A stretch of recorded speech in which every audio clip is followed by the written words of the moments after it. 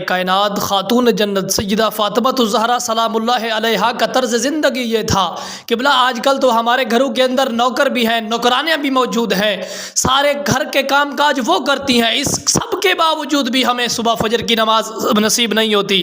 میرے پاک نبی کے غلاموں ذرا سنو، سیدہ فاطمہ الزہرا سلام اللہ علیہا کا طرز زندگی کیا تھا۔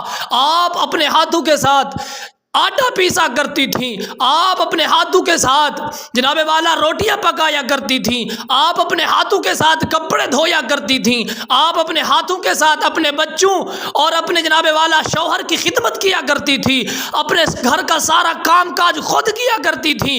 اس سب کے باوجود بھی آپ صبح تہجد کی نماز کا اہتمام بھی فرمایا کرتی تھی۔ سننے میں یہ بھی آیا ہے 8 سالہ بچی ایک گھر کے اندر نوکرانی تھی، کام کرتی تھی، چھوٹی بچی تھی، انسان یار خطا کا پتلا ہے، چھوٹے بچوں سے تو ویسے بھی زیادہ غلطیاں ہو جاتی ہیں۔ 8 سالہ بچی نوکرانی تھی، مجبوری کے مارے نوکری کرتی تھی، اس سے 2 سے 3 پلیٹیں کیا ٹوٹ گئیں۔ جب 2 سے 3 پلیٹیں ٹوٹ گئی تو ان گھر والوں نے، محل والوں نے، ان کے مالکوں نے کیا کیا، اس بچی کے بازو توڑ دیے، اس بچی کا سر پھوڑ کے رکھ دیا۔ میرے پاک نبی کے غلاموں مجھے یہ بتاؤ، کیا وہ بچی کسی کی بیٹی نہیں ہے؟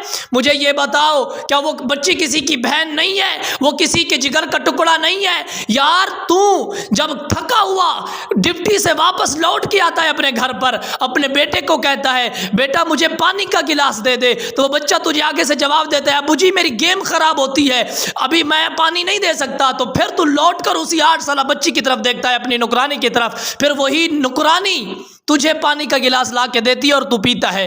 یار تو کچھ خیال کر، تیرا بیٹا 1.5 لاکھ کا موبائل گم کر کے آ جائے تجھے اثر نہیں ہوتا، اور نوکرانی سے 2 پلیٹیں کیا ٹوٹی، تو نے اس کی زندگی تباہ کر کے رکھ دی ہے، اس کے بازو توڑ کے رکھ دیے ہیں۔ میرے پاک نبی کے غلاموں یاد رکھو، امام علی مقام امام حسین رضی اللہ تعالیٰ عنہ کا ایک غلام آپ کو وضو کروا رہا تھا، تو آپ کے غلام کے ہاتھ سے لوٹا گر پڑا، وہ امام علی مقام رضی اللہ تعالیٰ عنہ کے چہرے پر لگا، جس کی وجہ سے آپ کا چہرہ زخمی ہو گیا۔ تو میرے پاک نبی کے غلاموں، امام علی مقام امام حسین رضی اللہ تعالیٰ عنہ نے، آپ نے غصے کی نظر سے غلام کی طرف دیکھا، جیسے ہی آپ نے غصے کی نظر سے غلام کی طرف دیکھا تو غلام کہنے لگا والقاظمین الغیظ، اے غصے کو پینے والے۔ جیسے ہی قرآن کی یہ آیت مبارکہ امام علی مقام نے سنی، آپ نے فرمایا میں نے اپنا غصہ پی لیا ہے۔